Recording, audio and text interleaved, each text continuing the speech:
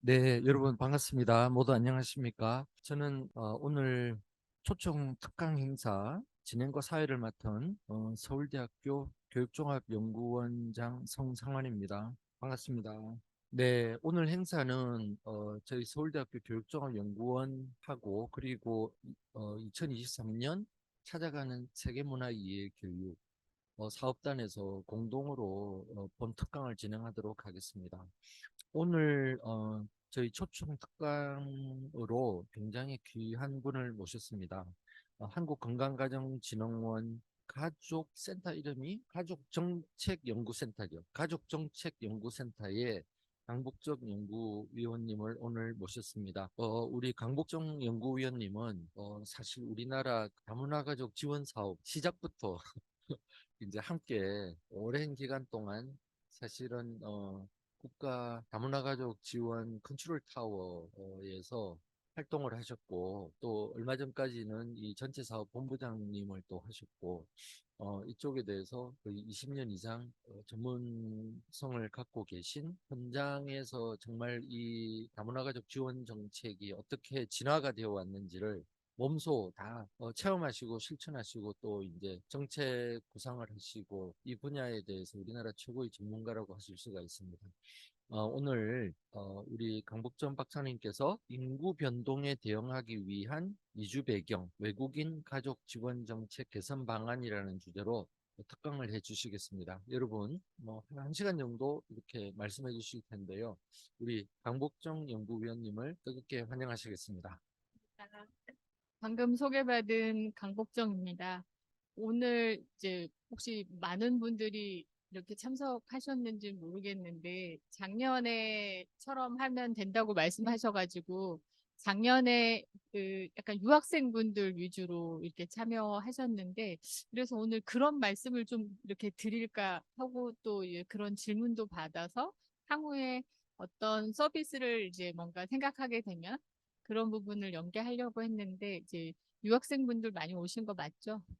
우리 세계문화예교 강사분들이. 예, 예, 반갑습니다. 어쨌든 어, 제가 그렇게 훌륭한 사람은 아니지만 이렇게 전문가로 또 생각해 주시고 초청해 주시고 올해도 이렇게 만나 뵙게 돼서 반갑습니다. 먼저 이제 제목에 대해서 다 뭐 아시는 분도 계시겠지만 좀 설명을 드리자면 인구 변동에 대응하기 위한 이주 배경하고 또 괄호 열고 외국인 그리고 가족 지원 정책 개선 방안이라고 정리를 했는데요. 뭐 전 세계적으로 어떤 지역은 인구가 늘어나기도 하지만 또 어떤 지역은 인구가 줄어들기도 합니다. 또 뭐 한국에서는 이제 지역별로 전체적인 인구수도 이제 인구수에 큰 변화가 없지만 태어나는 아이들은 없고 그다음에 이제 우리가 고령의 인구는 좀 많아지는 형태인데요. 한국에 약 한 230여 개의 이제 지방 소도시라고 합니다. 그래서 그런 시군구 단위의 행정구역이 있는데 그 중에서 여러분들 지금 서울대학교는 서울에 있잖아요. 서울에 있고 서울을 둘러싼 이제 지역을 경기도라고 하는데 이 둘 경기도와 서울을 합쳐서 수도권이라고 합니다. 수도권에만 대한민국 인구의 혹은 한국에 거주하는 사람의 60% 정도가 살고 있어요. 그래서 그 나머지 지역은 이제 서울과 경기도 외에 우리가 크게 광역은 17개 광역이 있고 또 작은 단위의 그 이제 단위는 아까 230여 개의 시군구가 있는데 그 중에서 작년에 그 검토한 바에 의하면 89개 지역이 인구 소멸 지역으로 이제 됐어요.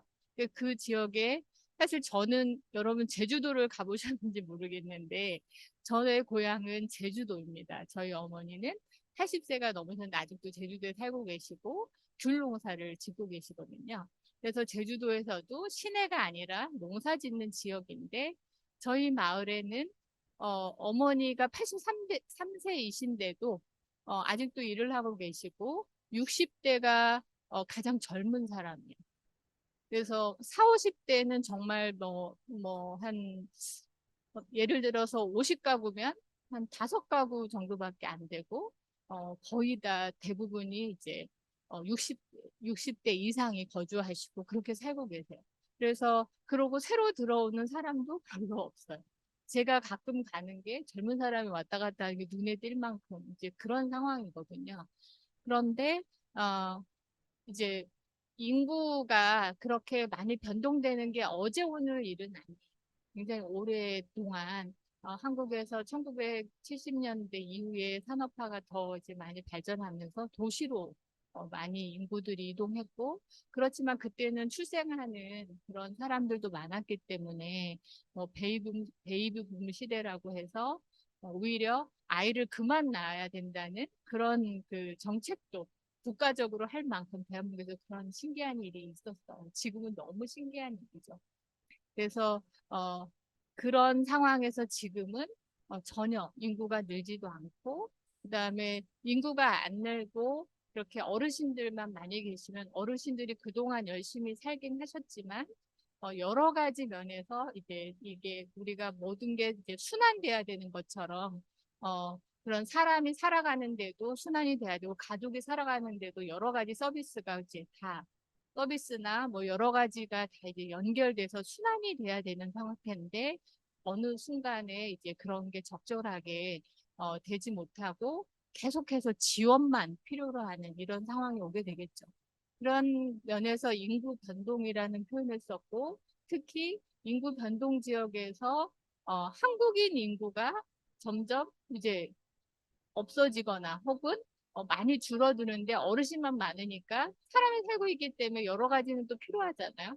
그리고 한국 사회 전체가 한국이 없어지는 게 아니기 때문에 거기에 뭔가 한국에서 필요한 여러 가지 산업 분야라든지 뭐 농업 분야라든지 그리고 혹은 다양한 뭐 인재 육성이라든지 이런 부분에서도 분명히 뭔가가 필요한데 그런 부분에 있어서 외국인들을 한국도 많이 필요로 한다는 거죠. 특히 농촌, 그러니까 그런 인구 소멸 지역에서 더 필요로 한다는 게 지금 이제 정책적으로 중요하게 생각하는 부분입니다.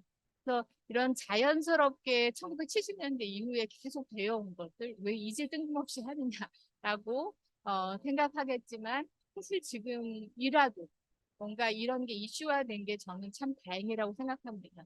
왜냐하면 우리가 저출생 고령화라고 하는 것을 이번 이제 정부뿐만 아니라 앞에 두 번, 10년 전에도 이런 부분이 좀 이제 거론이 됐었는데, 10년 동안 우리가 정책으로 예산으로 쏟아부은 거에 비해서는 쉽게 개선되지 않는 부분이 있는 거죠. 그래서 그런 노력과 더불어서, 뭔가 여러 가지 잘 되면 좋겠지만, 좀 잘 안 된 부분이 있었던 게 있고, 그동안 정책적으로 가족을 지원하는 정책은 한국에 이제 1990년대 에 IMF가 있었어요.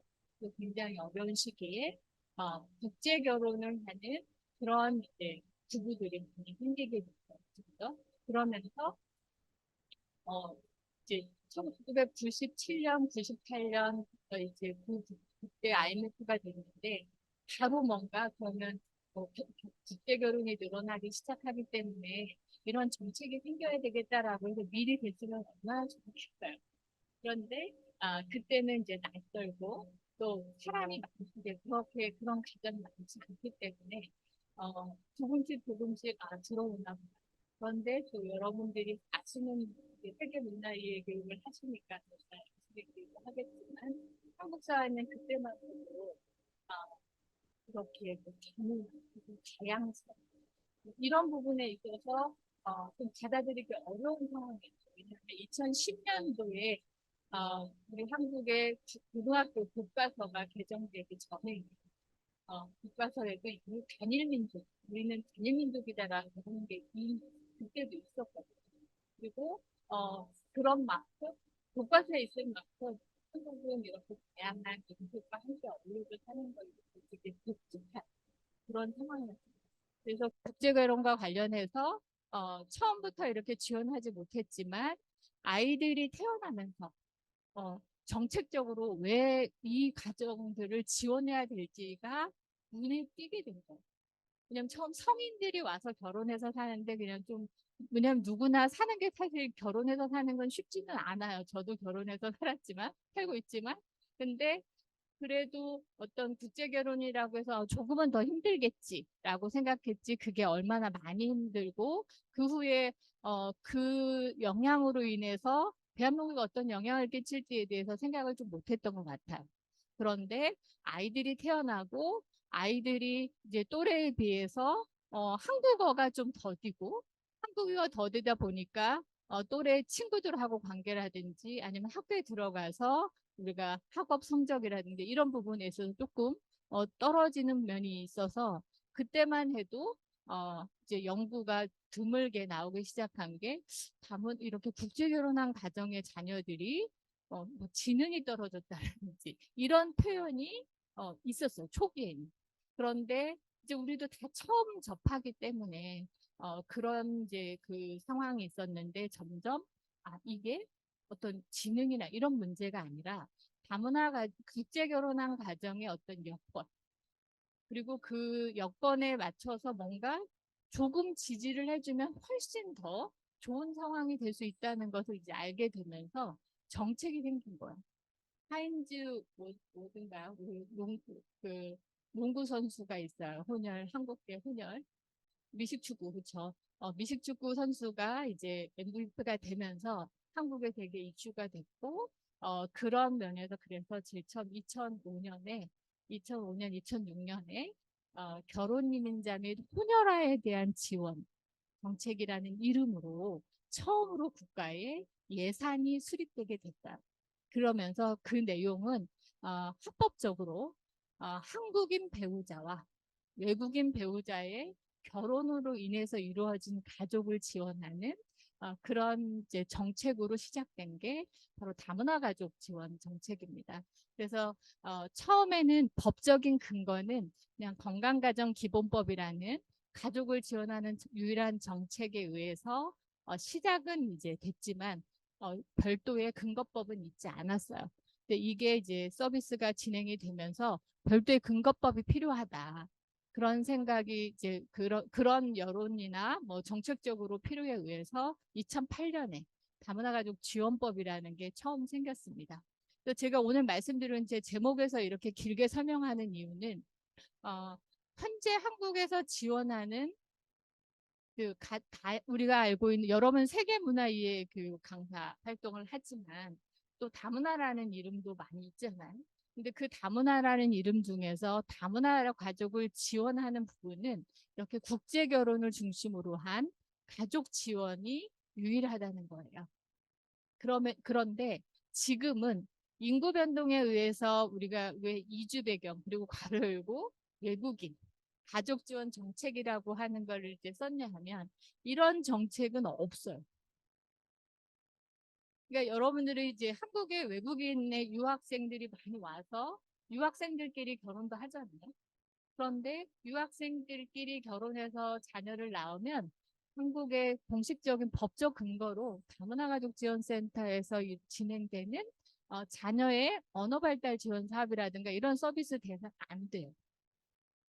예를 좀 쉽게 얘기하면 그런 상황입니다. 그래서 지금은 아까 인구 소멸 지역을 중심으로 정책이 이제 앞으로 설명하겠지만 많이 바뀌고 있고 제조업 분야의 외국인들을 이제 근로자로 채용하는 부분이 뛰어넘어서 최근 1, 2년 사이에 이 외국인에 대한 이제 어떤 한국에서의 근로 조건이나 또 한국에서 그런 머무는 비자 부분이라든지 또 그 근로자 1인에 대한 어떤 정책 법적인 근거라든지 이런 부분만 있었던 것에 대해서 1, 2년 전부터 이게 아니라 외국인 가족이 한국에 근로자와 함께 처음부터 올 때 자녀와 배우자가 함께 와서 사는 이런 부분까지 거론이 되고 있어요. 그래도 지금은 거론이 되는 수준이에요. 그래서 근데 이제 하다 보면 우리가 외국인 가족이라고 했을 때 외국인 중에도 한국에 와서 귀화를 하거나 이러면 또 외국인이 아니잖아요. 그런 부분이 있고 또 북한 이탈 주민은 외국인이 아니에요. 원래 한국 국민으로 이제 그 받아들여지거든요. 그리고 또 고려인이라든가 또 이제 어떤 이제 조선족 그 동포에 대해서도 저희가 그 동포로 인정하기 때문에 어, 서비스가 다문화 가족을 지원하는 지금 현재 법적인 근거가 되어 있는 그 정책 내에서는 서비스가 될 수 없어요. 그래서 여러 가지를 고려해서 이주 배경, 그러니까 북한 일달 주민도 북한에서 바로 한국으로 오면 뭐 정서가 많이 비슷하고 그럴 수는 있지만 실제 한국에 오기 전에 여러 나라를 거쳐서 오는 경우도 많이 있거든요.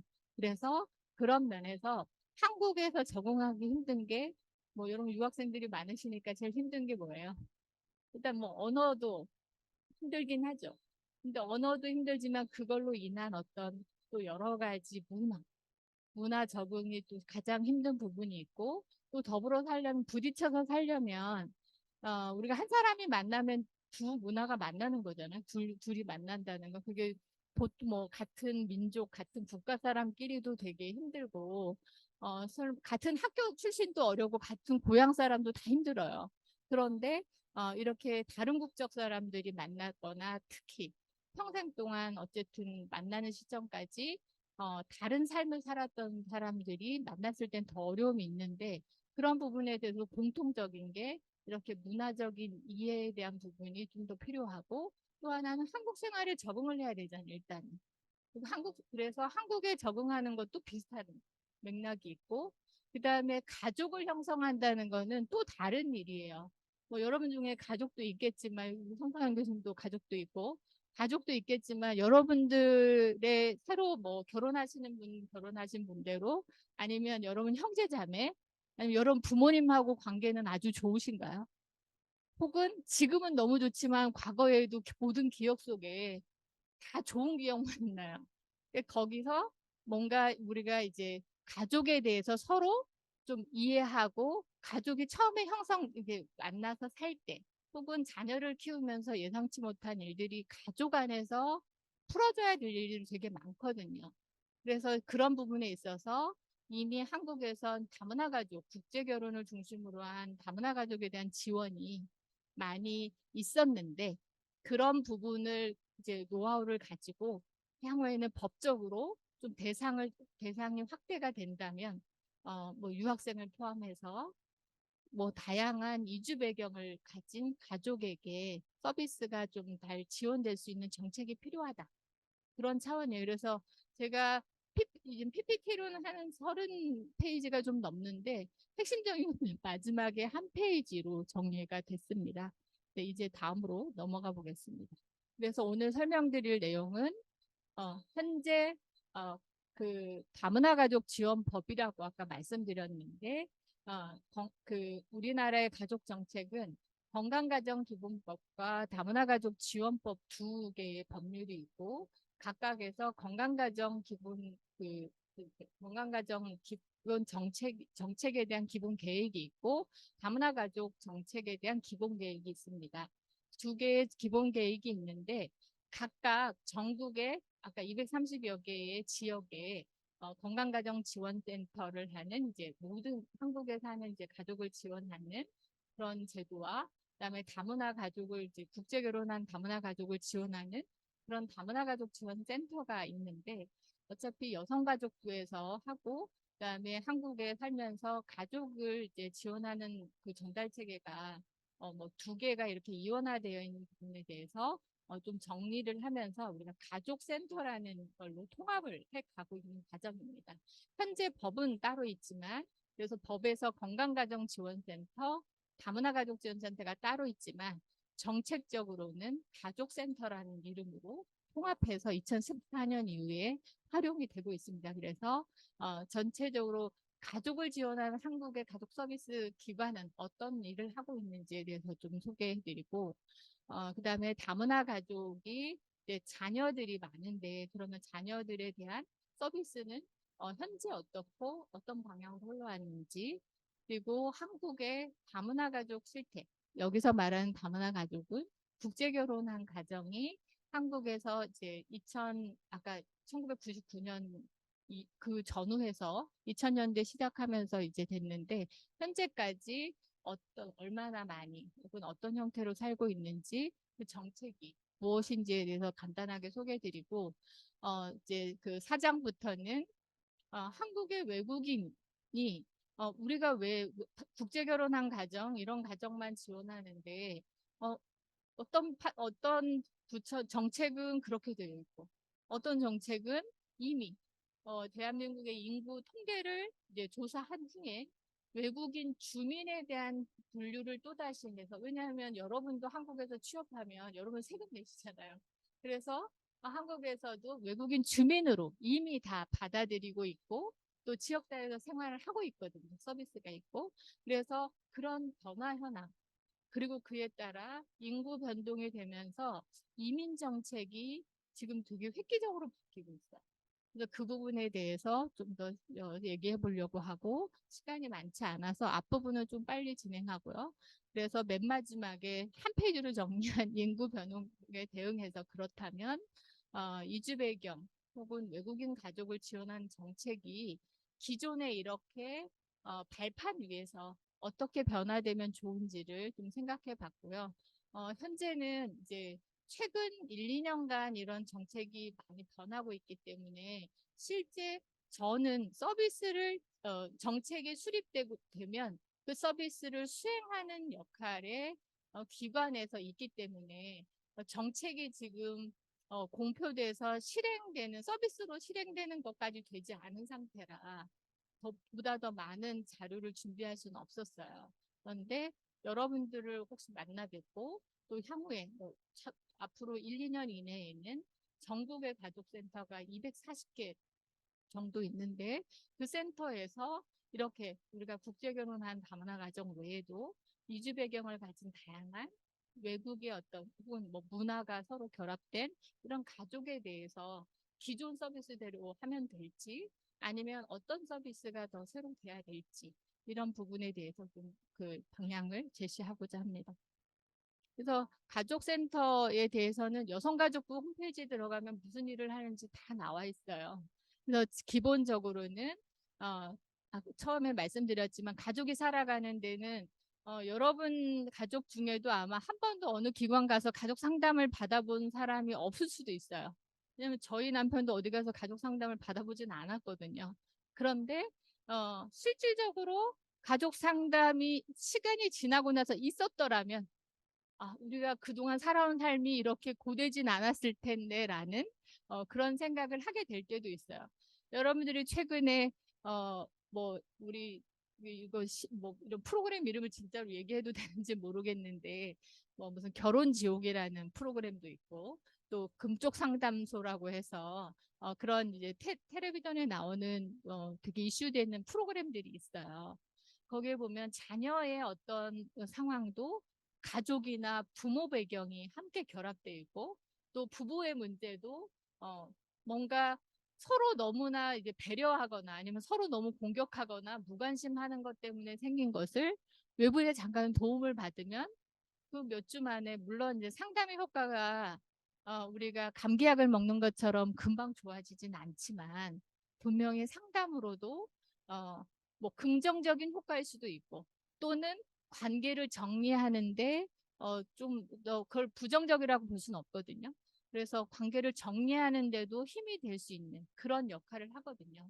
그래서 가족 상담을 통해서 가족의 크고 작은 일들이 지금 이제 뭔가 서비스를 받을 수 있도록 그래서 제일 중요한 거는 어떤 것이든 스트레스 상황이나 갈등 관계가 슬기롭게 극복돼야 되고 그러려면 각자가 가족 구성원 각자가 건강해야 되거든요. 그래서 그런 건강에 대해서 좀 그 나누는 가족 상담 서비스가 있고 그다음에 이제 저는 여성가족부 산하기관에 있어서 우리가 이제 너무 어려운 그러니까 너무 소득이 없거나 너무 뭔가 삶이 힘들고 집도 없고 이런 가족을 지원하는 그런 실질적인 경제적 물질적인 지원을 하는 서비스는 아니지만 우리가 예를 들면 중산층이라고 하는 뭐 남편은 대기업 다니고 부인은 교수고 이러면 다 잘 살 것 같다고 생각하시는 분이 혹시 계실지 모르지만 거기 가족 안에서도 뭔가 서로 이제 뭔가 그런 부부가 결코 뭔가 아주 베스트 커플이거나 혹은 그런 가족이 아주 나쁘거나 이런 절대 아니거든요. 어떤 가족도 서로 어, 어떤 문제를 슬기롭게 해결하는 데는 도움이 되는데 그런 이제 좀 슬기롭게 잘 해결은 하는데 현실적으로 몸은 부대낄 수 있거든요. 집에 아픈 분이 계시거나 혹은 너무 연세가 들거나 뭐 그런 부분이 있으면 분명히 가족의 이제 뭔가 같이 함께 사는 데 있어서 서로 노력을 이제 기울여야 되는데 그러다 보면 소진돼요. 그러면 어떤 경우는 돈으로 해결할 수도 있고 또 네트워크가 많으면 그 네트워크로 뭔가 해결할 수도 있지만 그 가족이 돌보는 가족이 힘든 부분에 대해서도 누군가는 도움을 필요로 할 수 있거든요. 그럴 때에 가족센터가 함께 참여할 수 있고요.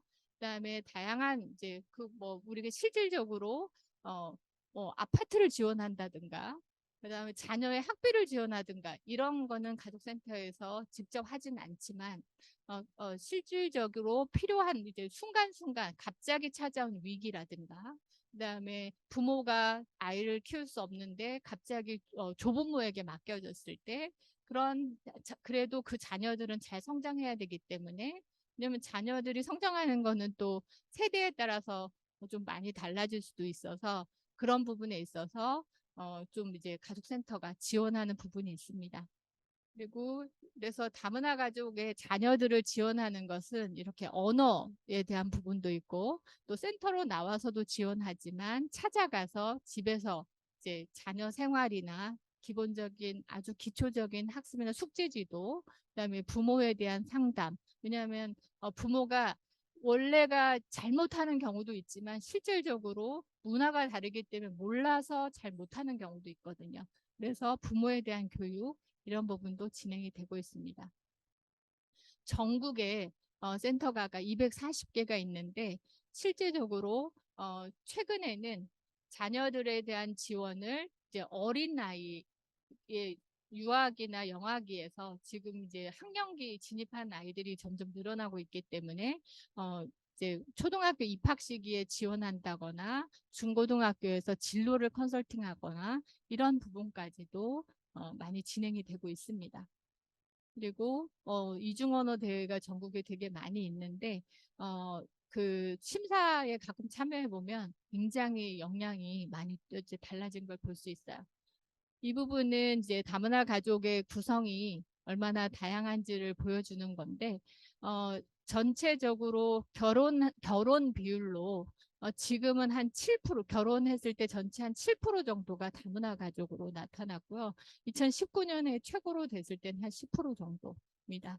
그리고 그 오른쪽에 보시는 표처럼 한국에 와서 결혼을 해서 이주한 사람들이 있기 때문에 다문화 가족은 장기적으로 사는 사람 누적돼서 계속 더 인구가 많아지고 있죠. 그래서 현재는 이제 다문화 가족 전체에 이제 결혼 이민자를 중심으로 자녀도 있고 한국인 배우자도 있고 이러기 때문에 한 이제 그 가구원 수를 한 110만 정도로 보고 있습니다. 그러다 보니까 오랫동안 사는 15년 이상 한국에 사는데 계속 한국에 뭐 한국 생활 정보만 줄 수는 없잖아요. 그리고 아이 키우는 거 뭐 이런 것만 얘기할 수도 없고 그래서 그런 그 변화하는 가족의 어떤 상황에 맞는 서비스들이 좀 계속 지원돼야 된다는 요구가 있습니다. 그리고 자녀에 대해서는 2006년에 처음 시작할 때는 정말 이유식을 어떻게 만들어서 아이한테 주는지 이런 부분까지도 서비스를 했어요. 왜냐하면 결혼 이민자들이 한국에 와서 한국의 제일 유명한 음식이 먼저 혹시 커피 믹스 특별히 이렇게 제품을 얘기하면 안 되죠. 믹스 커피 아세요? 믹스 커피 드셔보셔서 알겠지만 맛있잖아요. 달고 맛있죠. 그러면 여러분 맛있는 거 생기면 누구 주고 싶어요? 아기한테 주고 싶잖아요. 그래서 믹스 커피를 아기에게 주는 엄마도 있었어요. 근데 그거를 나쁘게만 볼 수는 없는 거죠. 그러니까 잘못된 거지만 그게 나쁘다라고 어 그냥 대놓고 얘기하기에는 왜냐하면 너무 좋은 걸 줬기 때문에 그 엄마는 그런데 그게 이제 결혼해서 오시는 분도 여러분은 지금 뭐 20대, 30대 막 이래서 여러분들이 뭐 세상 물정을 다 잘 알고 자녀도 다 잘 키울 것 같지만 결혼해서 오시는 분들의 연령대가 10대 후반에서 한 20대 중반이었었어요. 그러다 보니까 본인들도 본인 국가에서 아이를 그렇게 이제 그 뭐 많이 양육을 실제 해본 사람도 별로 없고 처음 아이를 키우다 보니 좋은 거를 나름대로 준 형태인데 그런 거를 이제 서비스 했었는데 어쨌든 점점 그 자녀들이 이제 결혼해서 사는 지금 정주한 연도가 15년, 20년 다 돼가고 훨씬 더 이제 많이 된 분들도 있기 때문에 그런 이제 그런 이유식 주는 거, 아이들 예방 접종하는 거 이런 거부터 시작해서 지금은 학령기 아이들에게 학교 들어가기 전 준비나 학교에 가서 적응하는 부분, 그다음에 다문화 가정 아이들이 예전보다 훨씬 더 많아졌기 때문에 뭐가 필요하겠어요? 학교에서 교사들이 이런 감수성이 되게 중요하죠. 그래서 법에 그런 그 의무적으로 한국의 교원들은 다문화 예의 교육을 듣도록 그렇게 강제화 되어 있고요. 학교의 적응이나 이런 부분에서도 지원하고 학습뿐만 아니라 심리 건강이나 이런 부분까지도 지원하는 그 서비스가 강화되고 있습니다. 그래서 지금 현재 다문화 가족 정책 기본 계획은 4차예요. 2023년부터 적용되는 4차인데 그동안 3차까지 다문화 가족이 처음에 제일 중요했던 게 한국이 문화가 다르고 가족이 처음 결합했기 때문에 빨리 다문화 가족 안에서 안정적으로 적응하고 한국 생활에 적응하는 게 초점이었어요. 그리고 자녀들도 아까 말씀드렸지만 언어부터 뭐 이제 일단은 건강하게 이제 자라는 거, 그다음에 언어에 대한 거, 그다음 학습 진로 이런 형태까지도 이제 고려하고 있고 다문화 수용성에 대한 다양한 부분도 법이 만들어지고 그런 계속 이제 그 어떤 한국에 거주하는 다문화 가족의 상황에 따라서 발전해 왔습니다. 그럼에도 불구하고 3차까지 계획에서 여전히 미진한 것은 다양하고 또 정착 주기가 길어진 가족에게 또 더 다양한 서비스가 필요한 부분이 있고 청소년에 대해서 이제 그 통계로 처음부터 관리되지 않았기 때문에 어떤 실태 파악이나 이런 부분도 어렵고 그래서 서비스는 새로 개발이 되지만 모든 다문화 가족의 청소년이 그 서비스를 다 받도록 한다든가 이런 부분에 대해서는 좀 약할 수도 있죠. 그리고 다문화 예교육이 정말 정책으로 우리 이제 대한민국의 국기에 대한 경례 이런 게 있어요. 그래서 예를 들면 나는 조국과 민족을 위해 뭐 이런 단어가 있었는데 그런 부분도 사실 다문화 정책이 이제 그 생긴 이후에 바뀌었어요. 교과서에도 지금 단일 민족이라는 게 없어졌고 엄청난 변화죠. 그래서 초기에는 다문화 이런 감수성이라든가 이런 부분이 정책이 좀 활발해지고 다문화 가족들도 자기 집에만 있지 않고 밖에 활동을 많이 하면서 인식 개선이 굉장히 됐지만 법에 의해서 다문화 수용성 조사를 하고 있는데 점점 그러니까 연령이 높을수록 다문화 감수성은 오히려 또 떨어지는 경향이 처음에는 올라가다가 지금은 좀 떨어지는 경우가 있고 청소년들 대상으로 실태 조사를 별도로 하는데 그 수용성 조사는 조금 점수가 높아지고 있어요. 그러니까 그런 부분은 여러 가지가 또 경제적인 환경이나 뭐 여러 가지 국제적인 환경 이런 거에 대해서 달라질 수는 있지만 여전히 다문화 수용성에 대한 부분은 이제 고려가 필요한 걸로 됐습니다.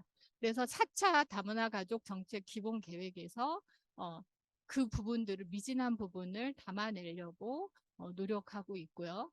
이 부분은 주요한 이제 그 1차, 2차, 3차 그리고 4차의 비전과 목표를 이제 정리했는데 비슷한 것 같지만 1차에서 목표에 보면 목표의 1이 다문화 가족의 삶의 질 향상이에요. 근데 3차까지도 다문화 가족이죠. 여러분이 발견하셨는지 모르겠는데 4차에 보면 뭐라고 돼 있어요? 다문화 아동점 청소년이라고 되어 있죠. 밑에는 물론 다문화 가족이죠. 법이 근거가 다문화 가족지원법이기 때문에. 근데 1번의 다문화 아동점 청소년이라고 된 게 굉장히 달라진 부분. 이게 뭐냐면 아까 제목에 제가 설명했던 법에는 3차까지 다문화 가족 자녀의 건강한 성장이었죠.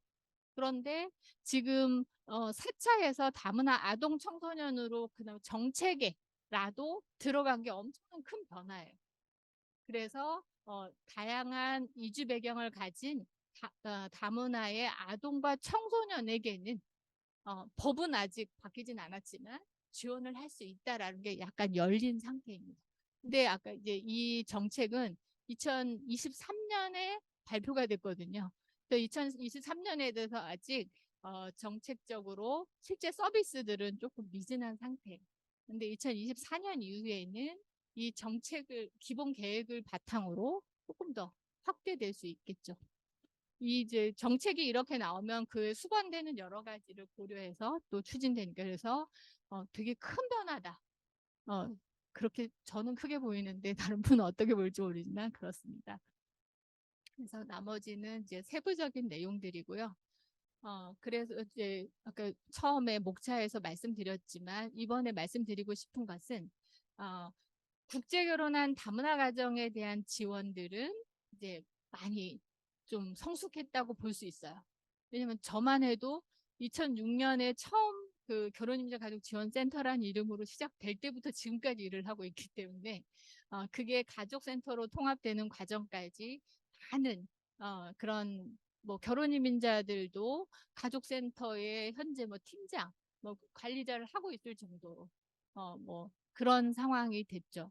그런데 전체적으로 우리가 이제 이렇게 중앙부처별로 정책을 추진하는 게 있고 또 현장에서 일을 하다 보면 새로운 일이나 새로운 정책을 하는 게 너무 힘들 때가 많아요. 왜냐하면 하는 일 자체도 많은데 새로운 걸 뭔가 하는 게 쉽진 않아요.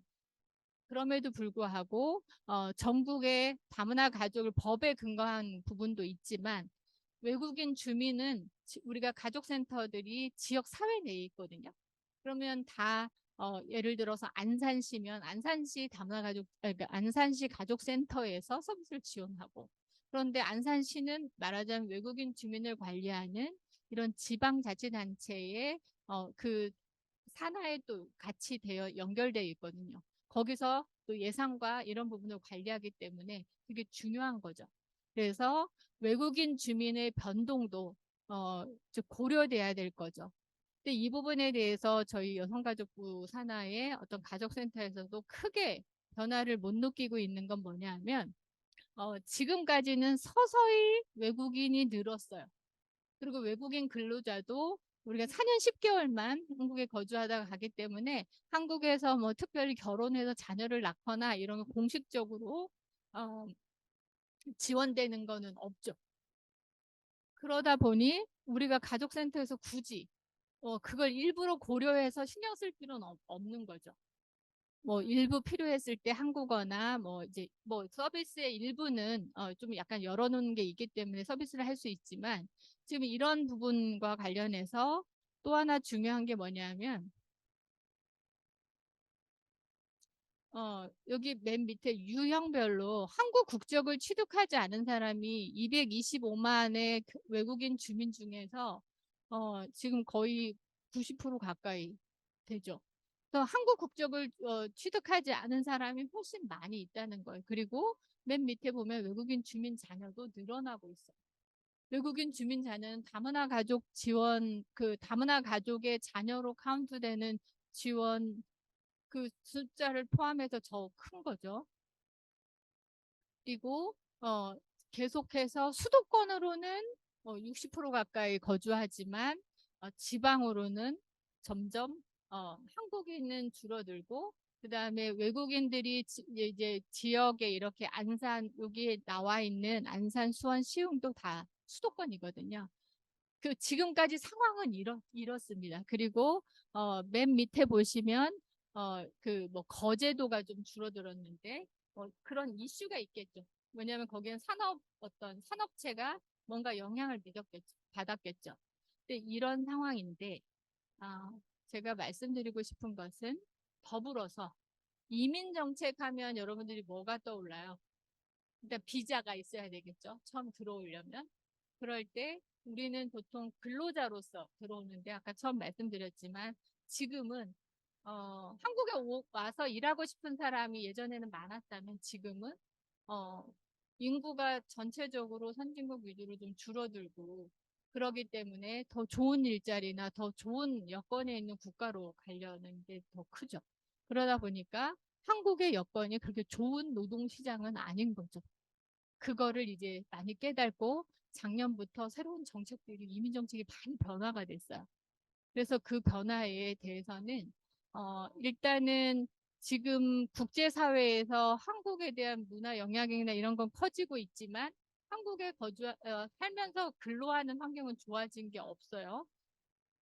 거기다가 한국에는 실제적으로 인구 감소 지역이 많은데 뭔가 지방 도시가 이제 그 정치적으로도 지방 도시가 발전해야 되는 상황이 있는데 그러다 보니 지방 도시의 인구가 줄어들면서 생산 인구가 없어지면 사실은 이 지역이 소멸되고 그런 것을 커버하기 위해서 외국인들이 좀 필요한 거죠. 특히 우수한 인재들. 그러다 보니까 중요한 핵심 인력에 대해서 고령화된 인구 소멸 지역에서 뭔가 어떤 지원이 더 필요할까? 뭘 개선하면 더 좋아질까라는 고민을 많이 하게 된 거죠. 그래서 체류 외국인들도 한국에 와서 4년 10개월 있다가 또 본국에 갔다가 와야 되는 상황에 그러다 보니 이제 불법으로 이미 이제 그 합법적인 거주 기간을 초과해서 한국에 사는 사람들도 많이 있어요. 근데 그런 부분이 계속 늘어나는 상황은 좋은 상황이 아닌 거죠. 그래서 그 부분을 개선해서 그러면 그렇게 단기에 단순 인력으로 왔지만 한 지역에서 여러분도 뭔가를 하면 2, 3년 하면 조금 노하우가 생기잖아요. 그런 것처럼 4년 10개월을 일하면 분명히 훌륭한 인재가 되겠죠. 그 부분에 대해서 연장. 그러면 5년, 4년 10개월이라는 것은 5년 이상 되면 영주권을 얻기 때문에 4년 10개월로 제한한 거거든요. 그러면 5년이 당연히 넘길 수 있고 5년이 넘기면 어때요? 그러면 한국에 영주권이 생기고 가족도 올 수 있고 자녀도 올 수 있고 뭐 여기서 결혼을 살 수 있고 이런 상황이 되는 거죠. 그래서 굉장히 달라지는 그런 정책을 추진하고 이제 시작하게 된 거예요. 그런 부분에서 어, 지금 이제 국민의 의견도 어, 그런 부분에 왜냐면 인구 소멸이 눈에 띄게 달라지고 그런 부분이 있는 거죠. 그래서 이제 가장 그 뭐랄까 이제 법에 대한 게 다른 나라는 모르겠지만 대한민국은 법이 제일 좀 어렵게 생각하잖아요. 그렇지 않아요? 그래서 근데 그 문턱이 많이 뭔가 좀 더 이렇게 체계화되고 있다. 그런 면에서 가족이 더 늘어날 수 있다. 외국인 가족이. 근데 그 늘어나는 게 어, 각자 결혼에 의해서 뭐 몇 명이 이제 본인들의 의사에 의해서 이렇게 늘어나는 자연적인 증가라고 봤을 때 지금 이민 정책이 바뀌면 뭐가 달라질까요? 한 지역에 뭐 예를 들면 10명, 20명 오는 이런 어떤 외국인들이 한꺼번에 500명, 1000명 이렇게 늘어날 수 있는 거죠. 그럼 거기에 뭐 500명, 1000명까지 아니어도 100명, 200명만 와도 거기에 자녀와 배우자가 포함이 되고 배우자가 와서 한국에서 취업까지 할 수 있다면 상황이 되게 달라지는 거죠. 그래서 그런 면에서 현재 가족 서비스가 조금 더 먼저, 왜냐하면 이런 정책은 이미 작년부터 추진되고 있기 때문에 그 부분이 조금 더 실감 있게 다른 부처에서 추진하는 사업이지만 가족 서비스도 조금 더 빨리 개선해야 된다는 생각을 가지고 있는 거죠. 그래서 지금은 유학생들도 훨씬 더 많이 오고 와서 취업이나 이제 이런 부분이 연결되는 것도 있고 왜냐하면 공부하고 나서 뭐더 좋은 나라 가고 싶겠지만 한국에 남아서 더 좋은 일을 해주면 한국엔 너무 좋은 일이잖아요. 그래서 그런 면에서 한국에서 공부하고 한국에서 취업하고 한국에서 살 수 있도록 그런 게 좀 더 필요하다고 생각이 들고요. 그리고 지금은 우수 인재가 한국으로 왔을 때 자녀와 배우자가 오면서 배우자가 한국에서 취업까지 할 수 있게 그런 제도로 개선되고 있습니다. 그래서 지금 최근 1, 2년 사이에 많이 변하고 있어요. 그래서 어떤 시범 이제 사업을 하고 있는 지역에서는 이런 부분이 좀 활성화되어 있지만 그렇지 않은 지역은 이런 일도 있나? 뭐 이렇게 생각할 수 있거든요. 그래서 네, 이런 부분을 뭐 저도 좀 더 빨리 공부하고 널리 널리 알리는 역할을 하려고 하고 있습니다. 그래서 사실은 여기에 보면 이제 이민청 그 세계적인 컨트롤 타워 설치 뭐 이렇게 해서 그저께 그 이민청 설치하는 부분이 좀 더 이제 곧 가셔야 될 거라고 나오고 있는데 사실은 저는 여성가족부 산하기관에서 가족 서비스를 하는 입장에서 어, 가족을 지원하는 일은 그게 외국인이 됐든 누가 됐든 법적으로 해결되지 않는 부분이 많기 때문에 현재 가족 정책 내에서 해야 된다는 거를 되게 중요하게 생각하고 있는 사람이에요. 그래서 이민청에서 이렇게 어떤 뭐 그 체류나 또 외국 인재가 한국으로 와서 여러 가지 제도화하는 부분에서는 법무부가 하더라도 가족 서비스에 대해서는 그동안 20여 년의 어떤 노하우를 가진 여성가족부가 좀 뒤로 빠지지 않게 그렇게 잘 서로 협업하면서 자리매김이 됐으면 좋겠어요. 그게 곧 또 서비스도 잘 될 수 있는 방향이라고 생각합니다. 그래서 제가 처음에 강조했던 이 한 페이지 안에 나름의 뭔가 결론을 좀 담아 본 건데요. 현재 법은 이 별도의 법들이 다 있어요. 그래서 외국인 처우 기본법도 있고 국제결혼 가족을 지원한 다문화가족 지원법도 있고 그다음에 북한 이탈 주민에 대한 것도 있고 그렇지만 다양한 이주 배경을 가족 서비스로는 좀 한때 묶을 수 있었으면 좋겠다. 그리고 특히 아이들 같은 경우는 국적이 없는 경우도 있고 또 아까 이제 한국에 지금 여전히 이제 그 한국의 체류 기간을 초과해서 살면서 결혼해서 자녀를 낳는 그런 경우도 많이 있고 그럼 그래도 우리 이제 국제의 그 아동 권리 협약에는 아동은 어디에 있든지 보호받아야 될 권리가 있잖아요. 그런 부분에 있어서 보다 더 아동을 지원하려면 결국은 그 가족이 함께 해야지 더 좋은 거잖아요.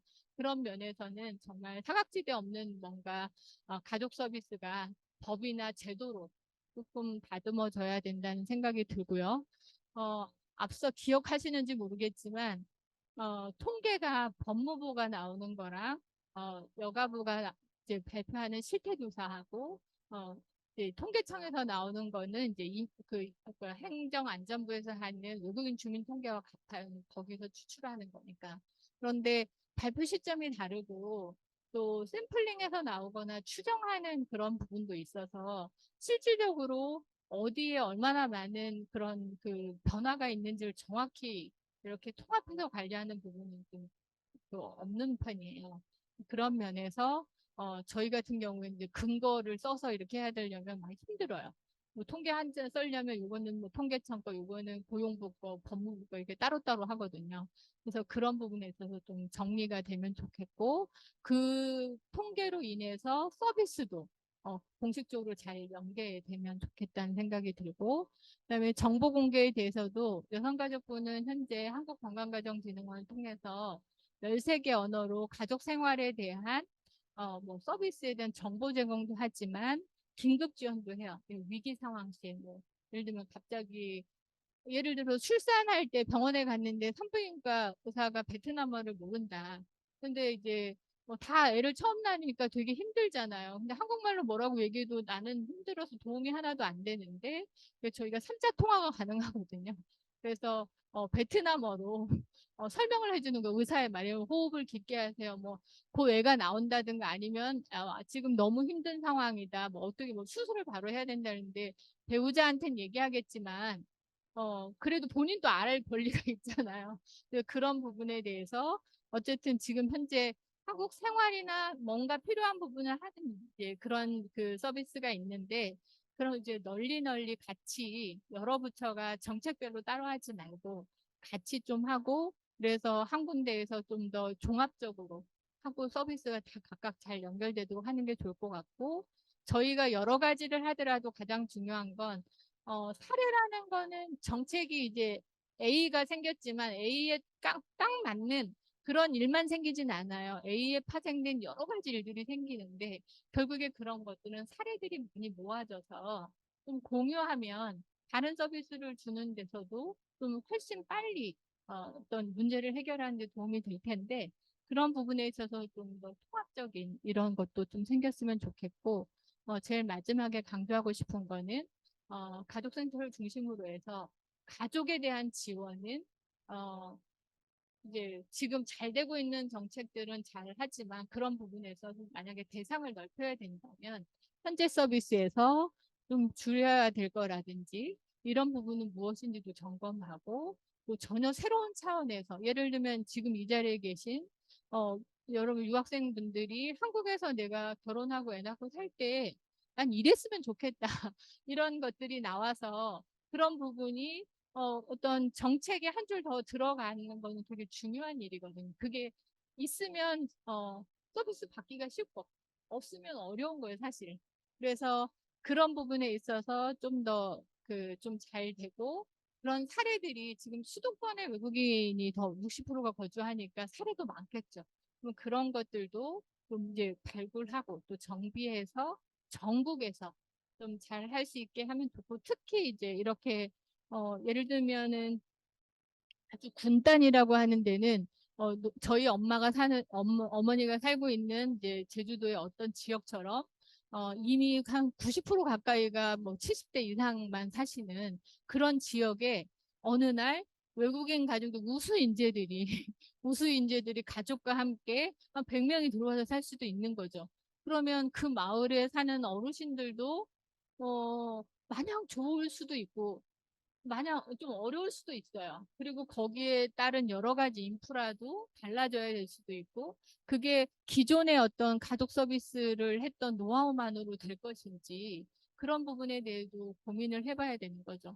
왜냐하면 도시와 농촌은 또 정말 여러 가지 면에서 차이가 나기 때문에 그런 부분에 있어서 지금 이제 요 맨 마지막 페이지가 어떤 공식적으로 이렇게 뭐 잘 고민을 하는 영역인지 아닌지는 모르겠지만 제가 그동안 일해 왔고 지금 현재 이제 고민하고 있는 상황에서는 이 부분에 대해서 뭔가 빨리 좀 대안들이 나오고 하나하나 저희 기관에서 혹은 제가 먼저 해야 될 걸 시작하고, 또 다른 정책적으로나 기관 간에 뭐 이런 부처 간에 해야 될 부분에 대해서는 또 그런 영역에 있는 분들이 더 잘했으면 좋겠다는 차원에서 이렇게 정리를 했습니다. 네, 이상입니다. 들어주셔서 감사합니다. 네, 어, 강복준 연구위원님께서 인구 변동에 대응하기 위한 이주 배경, 그러니까 다문화 가족과 외국인을 포함한 가족 정책 방향에 대해서 말씀해 주셨는데, 사실 지난 거의 20여 년 가까이죠. 그러니까 2006년에 다문화 가족 지원법이 생겨나고 난 뒤부터 다문화 가족 지원 정책이 어떻게 진화를 해왔는지 이 전체 그림을 보여주신 것 같아요. 그리고 사실 지금 현재 우리 출생률이 0.778이죠. 그러니까 OECD 국가에서 우리가 가장 바닥이고, 그리고 이대로 가다가는 이 인구 절벽이 이제는 거의 이대로 가다가는 국가가 이제는 소멸해 나가는 이런 이제 그 차원까지도 우리가 이야기할 수 있는데, 이러한 그 인구 변동이라는 게 엄청난 변화이고, 특히 방금 말씀해 주셨는데 전국 그 기초지자체를 따졌을 때에 군까지 따졌을 때 89개 지역에서 인구가 계속 지금 감소하면서 이제는 지방이 소멸해 나가는 시대란 말이죠. 이런 지금 현 차원에서 어, 다문화 가족 정책 그리고 외국인 정책 그리고 특히 이제 오늘 우리 모임에는 우리 서울대학교에 지금 와 계시는 유학생분들도 많이 들어와 계시는데 직접적으로 여러분들에게도 이렇게 와 닿는 이야기들이 많이 있었던 것 같아요. 그래서 종합적으로 우리 인구 변동 그리고 이것에 연동되어 있는 어, 그 다문화 가족 그리고 외국인 가족 정책 이런 모든 분야가 지금 현재 어떻게 변화되고 있는가 여기에 대해서 여러 가지 시사하는 바도 굉장히 많다고 생각이 듭니다. 오늘 그 강복동 연구위원님 감사드리고 혹시 이 자리에 와 계신 그 참석해 주신 분들이 혹시 질문이나 코멘트가 있으시거나 혹은 지금 온라인에도 지금 많이들 들어와 계시는데 여러분들 혹시 질문이나 코멘트 있으시면은 온라인에서는 채팅방에 이렇게 올려주시면 될 것 같아요. 그리고 오늘 뭐 현장에 와 계시는 분들도 있으시니까 질문 있으시면은 질문해 주시면 고맙겠습니다. 질문 있으시면은 손 들고 뭐 소속을 우선은 뭐 자기 소개를 간단하게 밝혀주시고 이 질문이나 코멘트 주시면 될 것 같습니다. 네, 혹시 공감하게 네 앞에 나오셔가지고 예 마이크가 안 들어올 것 같아요. 예, 음, 공감하게 서울대학교는 아니고요. 연세대학교 네, 한국사 박사과정 한민이라고 합니다.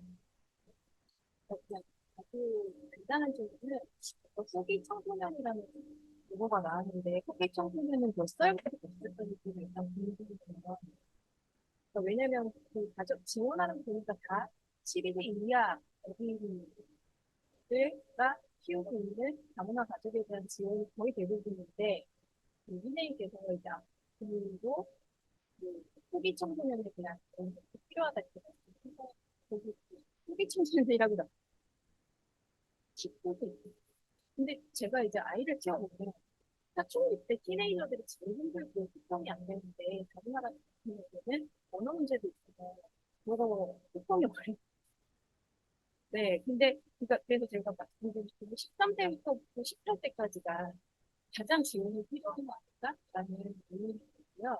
두 번째는 게 그거 저는 이제 한국어 교사를 했기 때문에 언어 정책에 관해서 되게 관심이 많아서 했는데 13개 국어 한국어 통역 서비스를 해주시는 거잖아요. 그러면 근데 이런 게 있다 하더라도 과연 얼마나 잘 알고 이거를 이용하고 있을까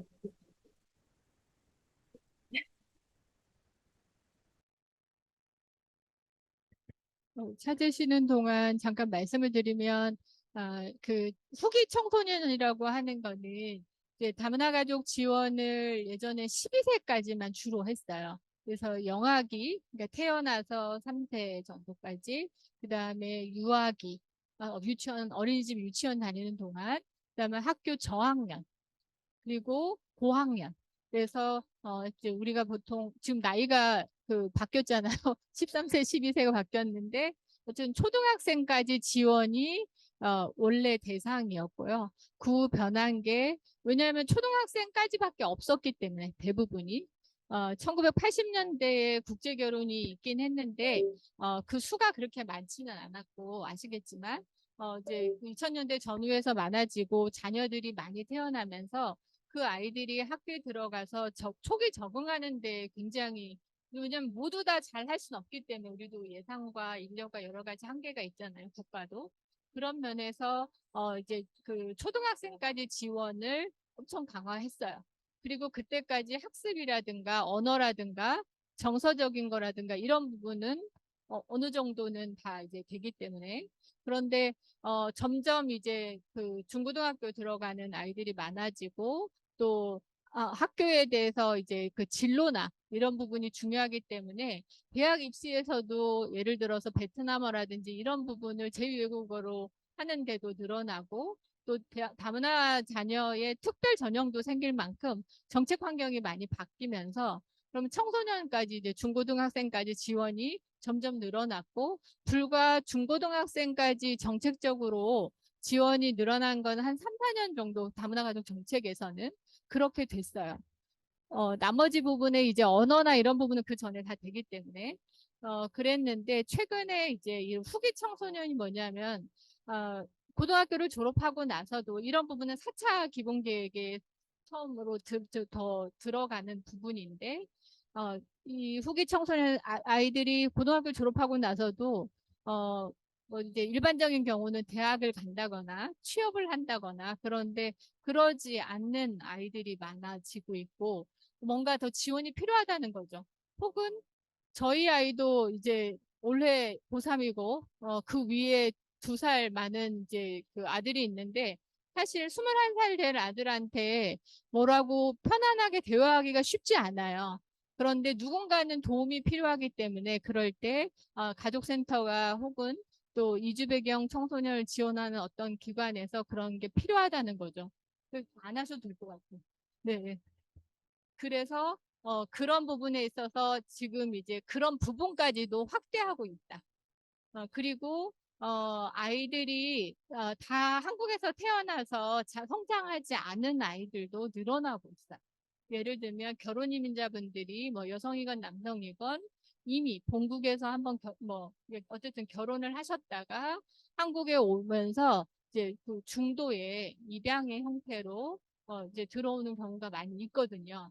그런 아이들도 이제 지원을 더 공식화하고 그 아이들이 예전에는 어린 아이들이 많았다면 지금은 20세 전후해서 한국에 들어오는 아이들도 있거든요. 그래서 그런 지원을 좀 이제 그런 걸 들어갔다가 중요한 거죠. 그리고 또 하나는 이제 왜 이게 13개국의 그 통역 서비스에 대해서 얼마나 알고 있는지 그런 부분이 이제 좀 아까 이제 궁금해 하셨는데 어, 우리 여기 웹에서 리브인 코리아를 치시면 다누리 포털 서비스가 나옵니다. 다누리호가 발사됐죠. 한국에서. 다누리호가 아니고 다문화 가족 지원 포털이 있습니다. 이 부분 이게 2011년도부터 됐는데 저희가 홍보를 엄청 많이 했고요. 한국 생활 가이드북이라는 게 있어요. 그게 그 부분도 저희가 매년 업데이트해서 여기에 다 수록되어 있습니다. 그래서 언어를 선택해서 들어가시면 어느 언어가 필요할지 제가 한국어밖에 모르니까 한국어로 거의 동일하게 번역이 다 돼서 정보가 제공하고 있습니다. 그래서 여기 한국생활 정착, 가족센터 정보, 알림공간 인식 개선 이런 부분이 다 포함되어 있고 여기 안에 1577-1366이 이제 전화로 연결되는 거거든요. 그래서 예를 들면 인구 통계조사 할 때도 저희 이 1577-1366에서 외국인에 대해서는 여기서 삼자로 연결을 해줘요.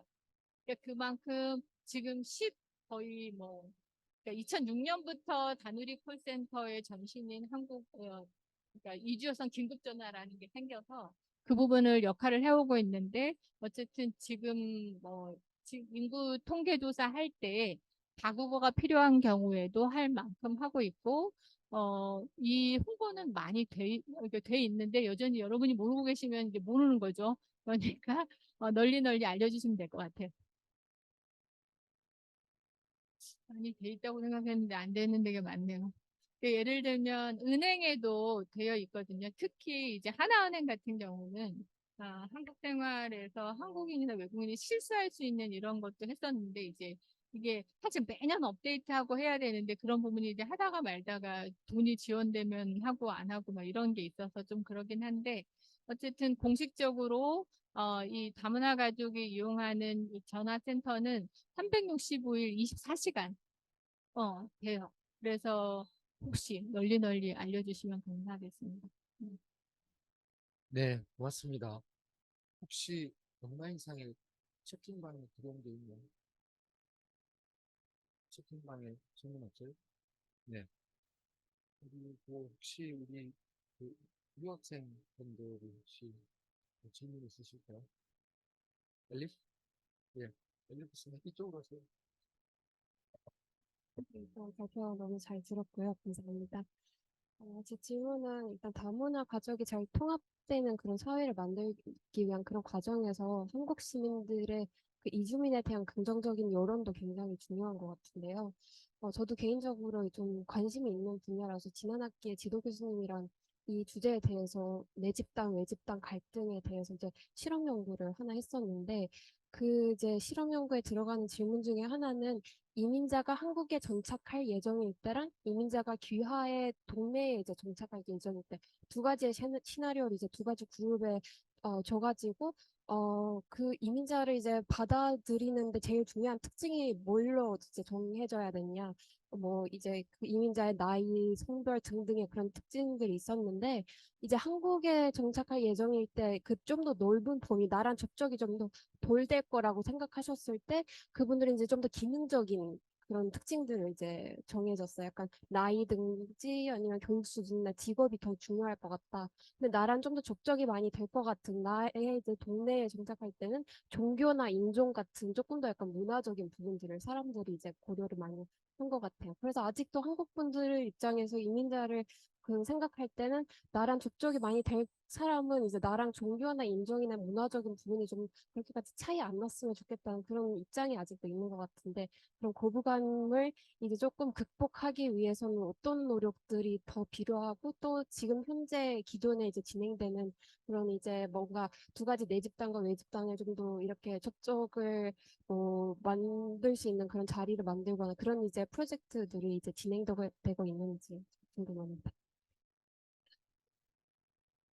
네, 굉장히 그 학술적으로 학술적으로 이게 질문하셔가지고 그러니까 예, 어쨌든 훌륭하십니다. 좋은 질문 감사하고요. 연구도 작년에 한 걸 잘 바탕으로 앞으로 더 잘 됐으면 좋겠습니다. 어, 뭐 그러니까 이제 우리가 연구를 하면 연구 설계를 하고 연구 설계를 했을 때 그 결과는 연구자가 어느 정도 이제 그 설계한 범위 내에서 맞다와 다르다 이렇게 이제 결론이 나고 그거에 따라 우리가 이제 기술을 꼭 해야 되잖아요. 연구 논문에는. 그럴 때는 어떤 명확하게 어, 이럴 것이다라고 해서 시작했는데 이제 정말 이렇다. 아니면 그건 다르다라고 결론을 내리잖아요.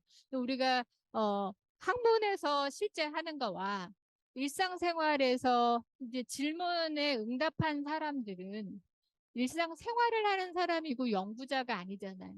그러면 어떻게 보면 되게 순수한 정말 마음의 그대로를 표현하는 것이 저는 중요하다고 생각하고 그런 면에서 실질적으로 불편함이라는 건 있을 수 있잖아요. 그게 외국인이 아니어도 불편한 부분이 있는데 외국인이면 뭔가 적응하기도 서로 힘들고 그러다 보니 편하지 않은 처음에 그런 부분 적응해야 되는 그런 이슈가 있고 또 하나는 인종과 문화가 달랐을 때 여러 가지 다른 부분 그거는 우리가 여러분들이 이제 뭔가가 안 됐을 때 주로 토론식 대화를 해서 문제를 해결하자 이렇게 하시잖아요. 근데 대화로 안 되는 게 있는 거잖아요. 오롯이 인정해 줘야만 하는 특히 종교 같은 건 더 그럴 수 있죠. 그런 면에서는 어떤 되게 중요한 이슈라 그거는 한국인이 이랬으면 좋겠다 저랬으면 좋겠다 누가 학문적으로 발표해 줄 수 있는 상황은 아니라고 봐요. 다만 이렇게 자주 만나고 동거가 다르지만 뭔가 행복하게 살 수 있는 부부의 모습 뭐 이런 것들이 사례들이 많이 나오고 그런 가정들이 얼마나 잘 적응하고 있는지 어떤 시너지가 나는지 뭐 이런 것들이 일상 가족의 생활로서 이렇게 보여지는 혹은 뭐 가족이 아니어도 집단으로 했을 때도 그런 부분이 더 긍정적인 사례들이 많이 보여줘야만 기존에 이제 먼저 우리 정주하고 있는 한국 사회에 살고 있는 사람들이 편안하게 받아들일 수 있을 것 같아요. 저만 해도 제가 우리 집은 네 가족인데 누가 와서 우리 집에 하룻밤만 머물려고 해도 엄청 부담돼요. 그런데 같이 살아야 된다. 나랑 같이 살아야 되고 내가 매일 만나야 된다고 했을 때는 훨씬 더 많은 뭔가를 해야 되는 상황이 발생하기 때문에 그건 되게 자연스러운 걸로 받아들였으면 좋겠고 그러려고 해서 지금 이제 우리가 텔레비전 프로만 봐도 예전에는 외국인 나오는 프로가 없었다면 지금은 외국인이 실제 패널로 그러니까 예를 들면 5명의 패널인데 한 명만 나오는 데가 많았어요. 그런데 뭐 이웃집 찰스나 이런 몇 가지 프로에서 외국인들이 많이 나왔는데 지금은 더 많은 다양한 프로그램이 생겼고 또 심지어 외국을 되게 많이 가잖아요.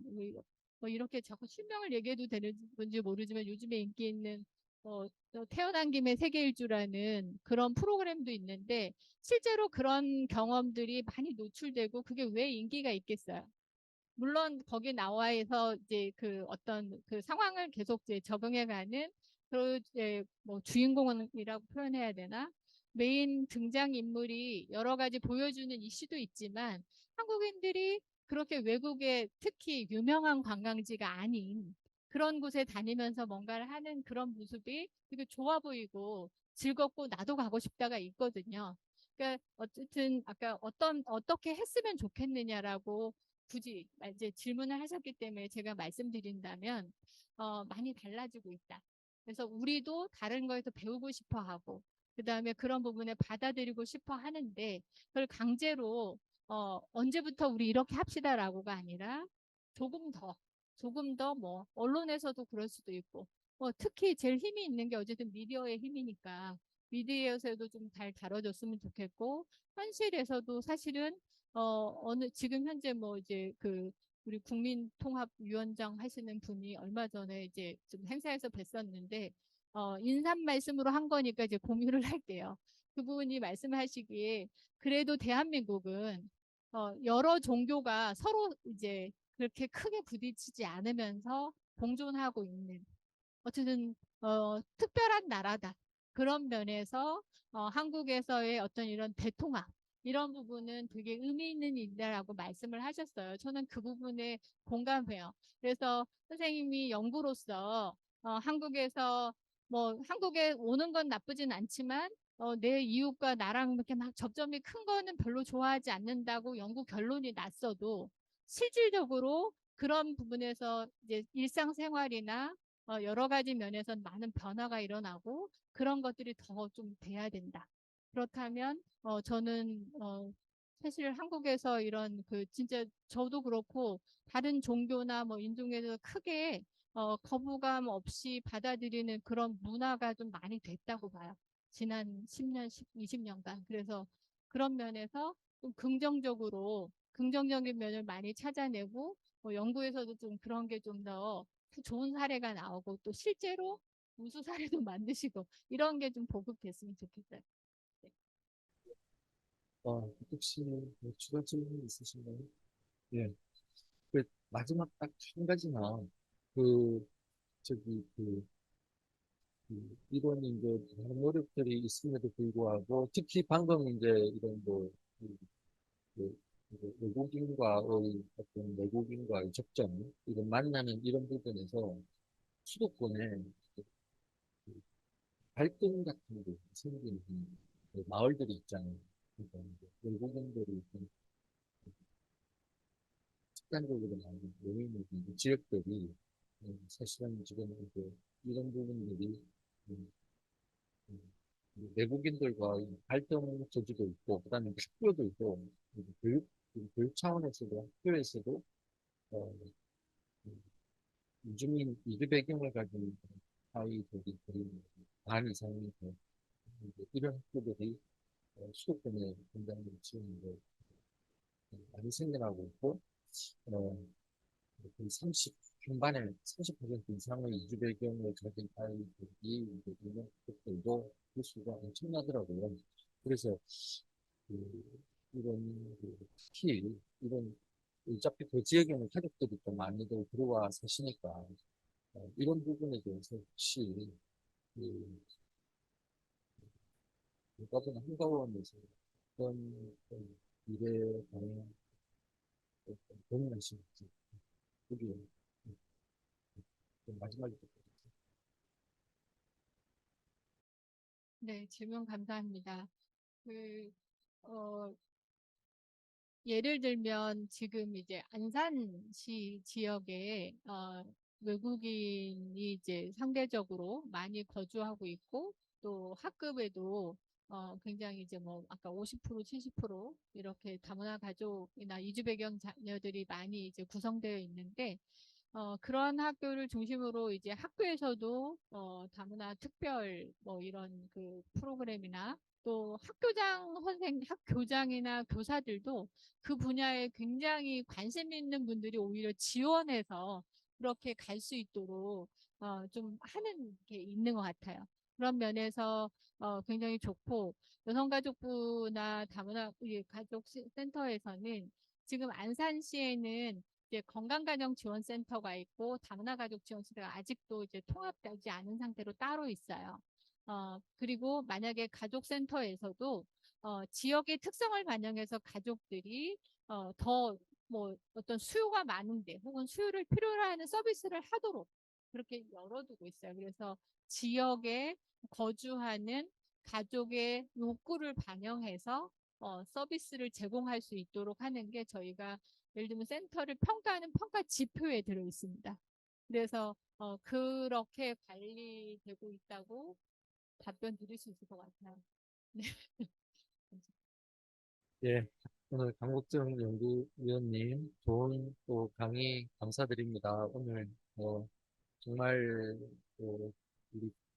우리나라의 다문화 가족 정책이 2006년부터 어떻게 진화해 왔는지 그리고 미래 방향, 인구 변동에 따른 미래 방향에서까지 전체 그림을 이렇게 또 보여주시고 현장에서 많은 고민을 하셨고 또 정책을 수립하기 위해서 현장에서 직접 뛰시면서 많은 고민들을 이렇게 녹여내셨다. 그런 인상을 받았습니다. 예, 오늘 귀한 발표도 감사드립니다. 여러분 다 같이 오늘 감사의 박수를 드리겠습니다.